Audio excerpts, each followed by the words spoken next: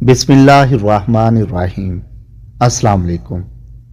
मैंने देखा कि माँ अपने बेटे को आहिस्ता से मारती और बच्चे के साथ खुद भी रोने लगती। मैंने आगे होकर पूछा, बहन क्यों बच्चे को मार रही हो जबकि खुद भी रोती हो? उसने जवाब दिया कि भाई आपको तो मालूम है कि इसके वालिद अल्लाह को प्यारे हो गए हैं और हम बहुत गरीब भी हैं।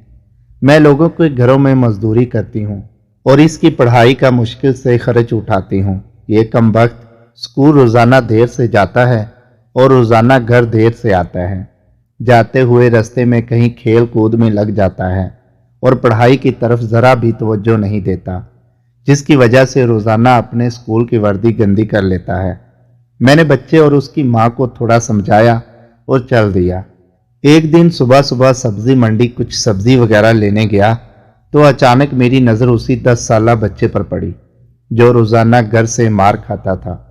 क्या देखता हूँ कि वो बच्चा मंडी में फिर रहा है और जो दुकानदार अपनी दुकानों के लिए सब्जी खरीद कर अपनी बोरियों में डालते तो उनसे कोई सब्जी ज़मीन पर गिर जाती और वो बच्चा उसे फौरन उठाकर अपनी झोली में डाल लेता। मैं ये माजरा देखकर परेशानी में मुब्तला हो रहा था कि चक्कर क्या है। मैं उस बच्चे को चोरी चोरी फॉलो करने लगा।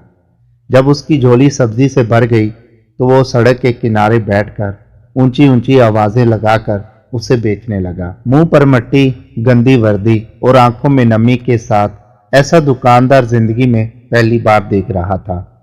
देखते देखते अचानक एक आदमी अपनी दुकान से उठा जिसकी दुकान के सामने उस बच्चे ने नन्ही सी दुकान लगाई हुई थी।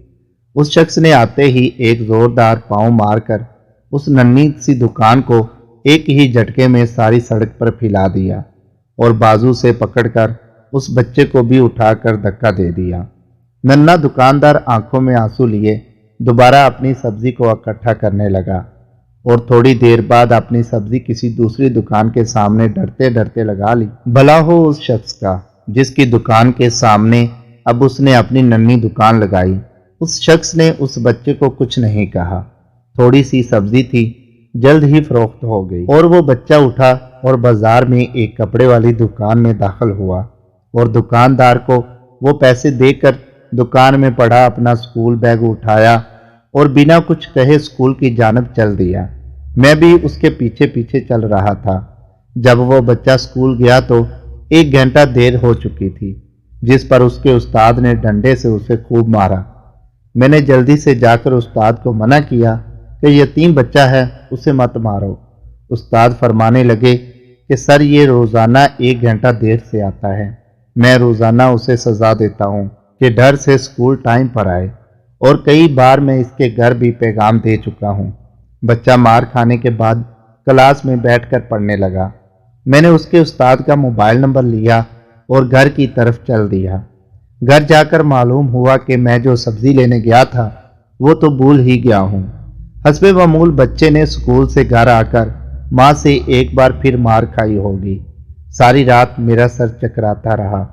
अगले दिन सुबह की नमाज अदा की और फौरन बच्चे के उस्ताद को कॉल की कि मंडी टाइम हर हालत में मंडी पहुंचे, जिस पर मुझे मुस्बत जवाब मिला।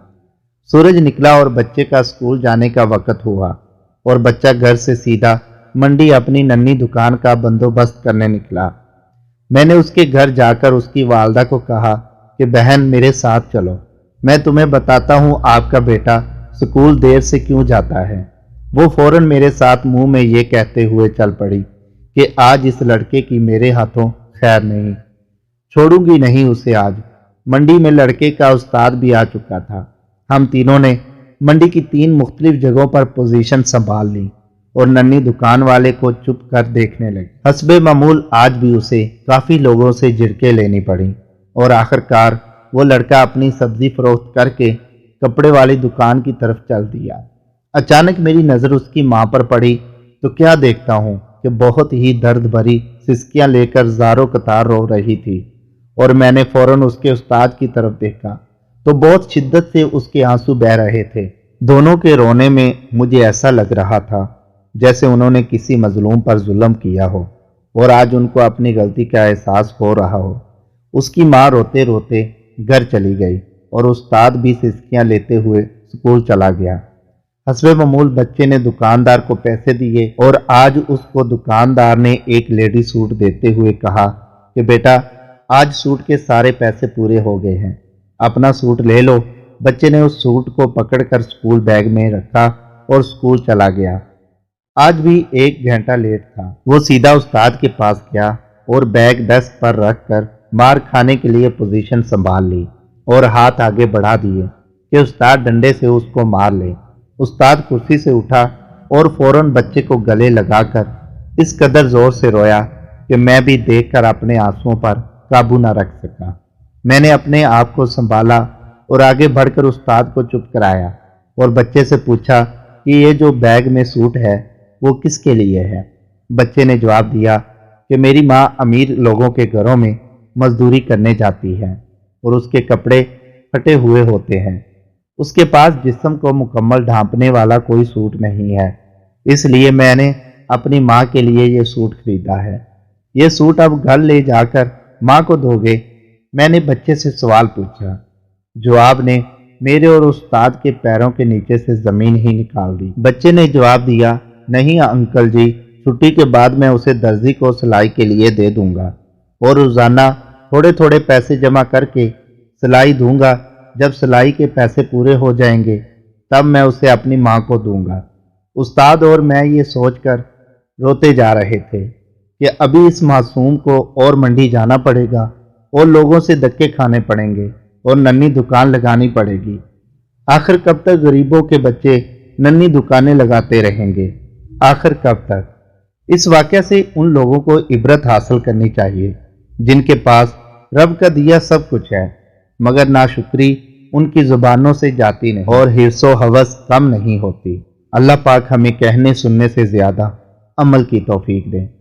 समी वॉइस को सब्सक्राइब करना मत भूलें, लाइक करें, शेयर करें और कमेंट सेक्शन में अपनी राय का इजहार ज़रूर करें।